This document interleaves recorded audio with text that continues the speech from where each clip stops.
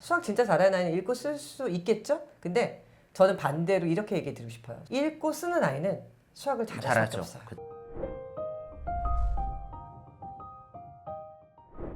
오케이, 습관이 중요한 거 알겠어. 근데 그걸 어떻게 구현할래? 라고 하는 목적도 중요하지만 그것을 구현하는 방법이 되게 중요하거든요. 왜냐하면 이상적이어야 되고 현실적이어야 돼요. 그렇죠? 네. 이상적이어야 되는 건 내가 생각한 의도가 드러나야 되고 현실적이어야 되는 건 그걸로 성과가 나야 됩니다. 그렇기 때문에 그들이 하고 있는 방법을 보면 퀄리티를 알 수 있는데 이게 수학 동화와 탐구예요. 이게 보니까 제가 이야기를 드렸는데 초등학생은 주 2회 수업을 하죠. 네. 그러면 한 번은 수학 동화랑 탐구 노트를 쓰는 거고 한 번은 교과 수업을 나가는 거예요. 3학년 이상 기준으로. 맞아요. 그 교과라는 게 초등 과정의 교과일 수도 있고 아니면 문제풀이 뭐 연산이나 이런 교과일 수도 있지만 어쨌든 둘 중에 반절은 학교 시스템, 그러니까 기존에 있는 교육 시스템을 어느 정도 따라가는 거고 둘 중에 한 번은 여기서 생각하는 이상을 실현하는 거거든요. 어떻게 수업을 해요? 그러니까 이게? 아이들이 여기 이제 수학 귀신도 있고 네. 그다음에 저희가 이런 자연 책들이 과목에서 있어요. 나오는 이런 책이 책들이 있죠. 워낙 있어요. 유명한 베스트셀러잖아요. 그러니까 아이들이 이제 이런 책을 저희가 보통은 이 책을 어떤 반은 한 5주, 어떤 반은 한 3주 만에 끝내요. 그러면 아이들이 이 책을 처음에 일주일 만에 완독해 온 친구도 있고요. 커리큘럼 알려드리니까 그다음에 이제 저희가 뭔가 계획한 분량이 있죠. 그러면 이제 아이들이 수업에 오면 선생님부터가 먼저 이제 질문을 하거나 아니면 오자마자 문 열면서부터 선생님 수학 귀신 너무 재밌었어요 하는 친구도 있어요. 그럼 이제 거기서 출발이 되면서 아 그래 넌 어떤 부분이 재밌었어? 그러면 자기는 뭐 여기서 얘가 이 주인공이 뭐 자다가 뭐 일어나서 얘가 근데 수학 귀신이 무슨 이런 문제를 냈는데요. 선생님 그 문제 답이 뭐 이러면서 막 얘기를 하기 시작해요. 그럼 또 다른 친구가 거기에 끼어들어서 뭐 얘기할 수도 있지만 선생님 입장에서 아 그랬니? 근데 선생님 보기에는 얘가 이렇게 생각했을 때 이게 그래 이게 만약에 2개로 늘어나면 넌 어떨 것 같았어? 그러면 아 생각 안 해봤는데요. 지금부터 생각해 볼래? 라고 할 수도 있고요. 그럼 다른 친구가 나는 이거 이렇게 해서 예전에 어디 문제집에서 본 적이 있는데요. 뭐 이렇게 얘기를 하기 시작한다. 그럼 선생님이 또 아 그랬니? 그럼 그때 넌 무슨 생각을 했어? 주인공은 무슨 마음이었을 것 같아? 그러니까 거기서 꼭 수학적인 내용만 나오는 게 아니라 아이들에게 생각보다 그 안에 감성적인 내용도 근데 애들이 생각보다요. 그런 거에 대해서 우리가 읽다 보면 감정이입을 막 하잖아요. 그렇죠. 주인공이 너무 뭐 못된 것 같아요. 친구 이런 거 되게 애들 막 감정적으로 흥분해요.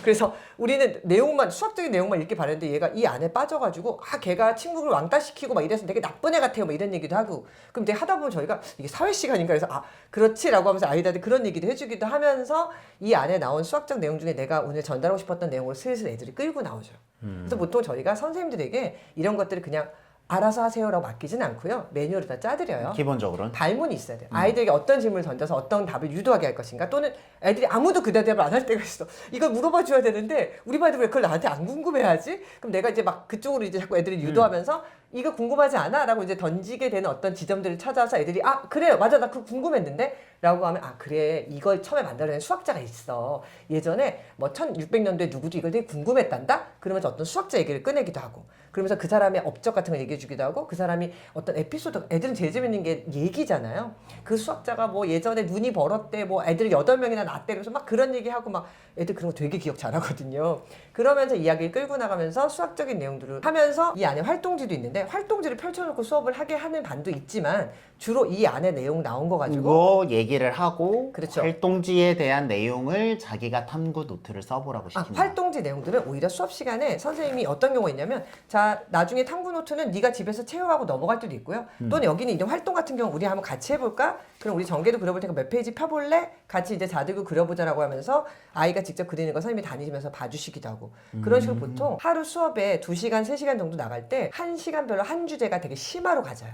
그리고 곁가지 주제들이 보통 같이 서브로 붙게 돼 있고요. 그래서 아까 말씀드렸던 것처럼 여기 매뉴얼이 다 있고 그 다음에 또 저희가 뭔가 주제별로 이렇게 다 나눠놨거든요. 그 주제에 대해서 아이들이 집중적으로 생각해보고 선생님하고 대화하고 만들어보고 그려보고 또는 책에 있는 내용을 찾아서 여기다 뭐 옮겨 적어보기도 하고요. 또는 자기 생각을 막 적어보기도 하는 활동을 갖는 시간들을 수업 시간에 갖죠. 약간 이게 독서 토론이나 논술 수업이랑 굉장히 네. 유사한 부분이 있는 것 같아요. 네, 네. 근데 대부분 독서 토론은 사회 전반을 펼쳐서 이슈들을 다루면서 글쓰기 능력들을 배양하는 데 주 목적이 있다면 여기는 기본적으로 수학 학원이니까 그 독서 토론의 주제가 거의 다 수학인 거죠. 그런 다음에 각 차시별로 내가 전달하고 싶은 메시지들은 정해져 있고 그 안에서 베리에이션을 주면서 학생들의 대화를 끌고 나가고 그리고 나서 그 내용 중에 일부를 탐구 노트를 주제를 정해서 맞아요. 다음 주까지 너가 맞아요. 느낀 부분에 대해서 써와 라고 해서 그 독서 토론에 우리는 이제 교육학적으로 성찰일지라고 쓰는데 네. 성찰일지를 액티비티별로 꽂아서 그 다음 주에 검사를 하고 이야기를 하는 거죠. 그렇죠. 그래서 실제로 선생님들이 아이가 써온 일기를 보시고 이제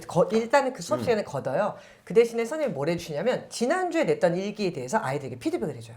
그러면서 이제 뭐 우리 누구는 이런 내용을 썼더라. 선생님 너무 감동적이었고 너무 그러니까 단순히 감정적으로 좋았다 싫었다만 하지 않고요.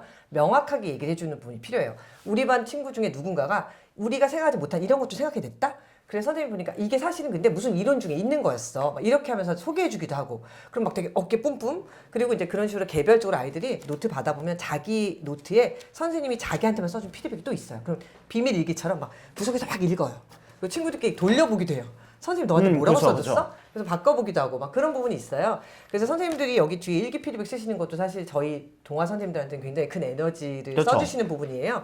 근데 어쨌든 아이들은 그런 식으로 선생님하고 교환 얘기 주고받은 것처럼 선생님이 나에 대해서 뭐라고 얘기해주고 이런 거에서 그러니까 자존감이 높아지고 또 잘할 수 있는 원동력이 돼요. 그러니까 선생님이 지난번에 내가 3장 썼는데 그걸 알고 다음번에 너 저번에 한 장 다 썼는데 3장 기억하는 거죠. 됐다? 정말 열심히 했구나 말하지 마. 이런 얘기 해주면 더 잘 쓰게 다음번에 5장 쓰는 경우도 있고 막 이러면서 애들이 발전하는 거거든요. 그리고 말씀했던 것처럼 탐구노트 주제도 저희가 그냥 여기 나온 내용만 줄 때도 있지만 이거는 선생님이 수업 시간에 안 알려준 내용인데 그러니까 주제를 그래서 한 개만 주면 안 되고 한 서너 개를 줘야 돼요. 그래서 해볼 수 있는 주제는 자기가 해결해보고 도저히 안 되겠는 어떤 주제를 예를 들면 끝까지 파고드는 애도 있어요. 답은 안 나요. 그 그쵸. 대신에 하다가 그냥 접는 경우도 있는데 그런 식으로 뭔가 아이들에게 약간 옵셔널이라는 걸 하나 줘서 이걸 내가 다른 친구도 안 하겠지 난 해봐야지. 어떤 애는 그 어머님 말씀으로 그거 하나에 매달리려고 딴 걸 아무것도 안 했다고 막 얘기하시는데 저는 아까 말씀드린 아이들 초등학교 때 그런 몰입의 어떤 경험, 기쁨 이런 게 근본적인 아이의 어떤 그런 기초체를 높인다고 생각하거든요. 그래서 그런 시간들을 갖게 해주고 그게 이제 순환이 일어나는 그런 구조예요.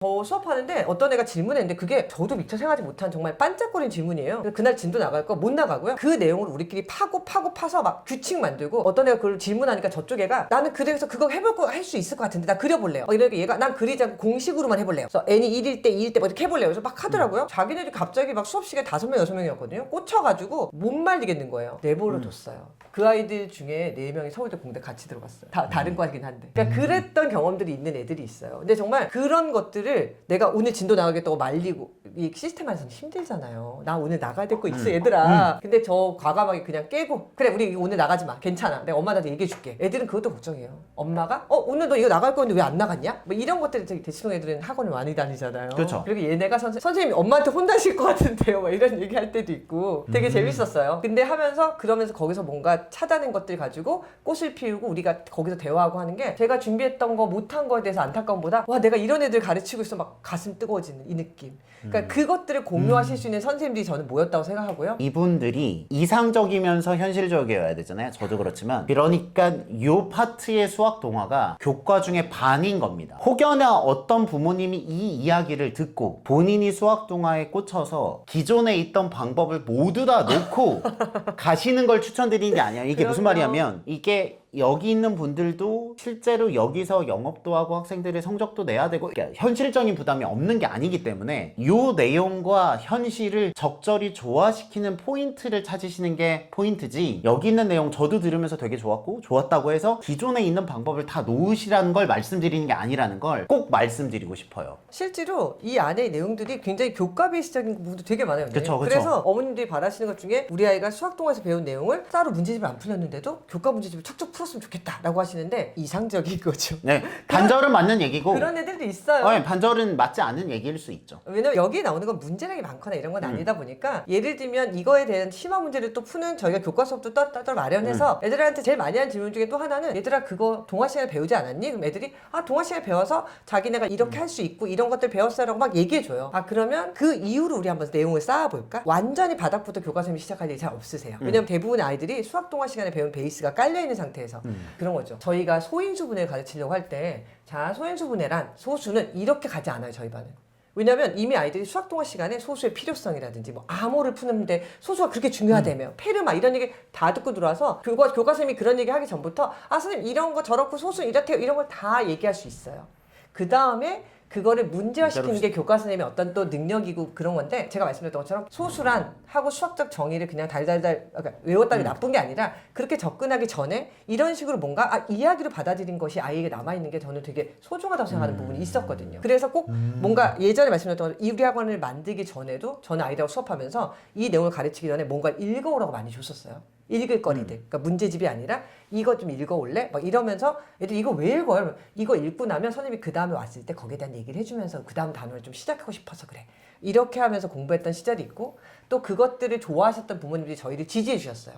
이런 학원을 아예 만들어 보세요. 이렇게 수업하는 학원을. 그래서 만드신 거군요. 이곳에서는 수학 동화라는 매개체를 가지고 학생들에게 흥미와 자극을 주는 도구를 선택을 했다는 거죠. 여기 있는 책을 보시면 제가 이거 10권 나눠 드릴게요. 이게 이 영상 하단에 쓰시면 제가 이 책을 드리겠습니다. 이거 뭐 광고는 아니고요. 근데 이걸 보시면 이 후반부는 다 학생들이 썼던 탐구 노트와 수학 동화 이야기거든요. 그래서 이 결과물을 보시면 지금 저희들이 말씀을 드렸던 이 내용이 구체적으로 어떻게 결과물로 되어 있는지를 확인하실 수 있습니다. 저는 실은 이것도 좋았던 게 전문가라면 결과물이 있어야 된다고 생각해요. 왜냐하면 말은 쉬운데요. 네. 결과물은 어렵습니다. 이곳에서는 충분히 그 결과물을 보여주고 계시는 것 같아서 여러분들에게 이런 종류의 접근을 하는 곳도 있다. 물론 지금도 유명하시지만 라는 소개를 해드리는 것만으로도 이 영상이 크게 가치가 있지 않을까라고 생각합니다. 아이들에게 책을 읽는 습관을 갖게 해주시는 것, 아이가 책을 통해서 뭔가 사고할 수 있는 힘을 길러주게 하시는 것은 저는 반드시 해주셨으면, 초등학교 때 해주셨으면 하는 것들 중에 하나가 아니라 무조건 해주셔야 된다고 생각해요. 원장님이 저한테 주셨던 질문들 중에 되게 인상적이었어요. 뭐냐면 이 책 제목으로 저한테 질문하셨어요. 수학 진짜 잘하는 아이는 읽고 쓰나요? 라고 물어보신 질문이 있었는데 제가 거기다가 답변을 뭐라고 적어놨냐면 수학 진짜 잘하는 아이는 읽고 쓸 수 있겠죠? 근데 저는 반대로 이렇게 얘기해 드리고 싶어요. 읽고 쓰는 아이는 수학을 잘할 수밖에 잘하죠. 없어요. 그렇죠. 그런 거죠. 정말요. 그런 거죠. 네, 그래서 저는 부모님들에게 초등학교 때 정말 과감하게 여기에 시간 투자해 주시고 에너지 쏟아 주시고 네, 그래서 제가 그런 얘기 드리거든요. 어머님이 그런 얘기 하세요. 선생님 이렇게 머리 복잡한 수학 안 하고 그냥 보내면 알아서 학원에 다 해주는 거 해주면 안 되세요? 어쨌든 집에 와서 아이가 탐구도 쓰고 해야 되니까. 하지만 초등학교 때는 아직은 공부 습관도 덜 잡혔고 그런 것들에 대해서 아직은 정말 모르는 것도 너무 많아요. 그렇기 때문에 아직은 본인이 스스로 설 때까지는 많은 부분에서 부모님 손길이 좀 필요하고 그래서 발 들이시기가 쉽지가 않더라고요. 어머님의 에너지도 같이 그렇죠. 소모가 되니까. 그런데 부모님들이 생각보다 좀 편한 것들이 솔직히 좋으시거든요. 하지만 아이가 내 품 안에 있을 시간 얼마 안 남았거든요.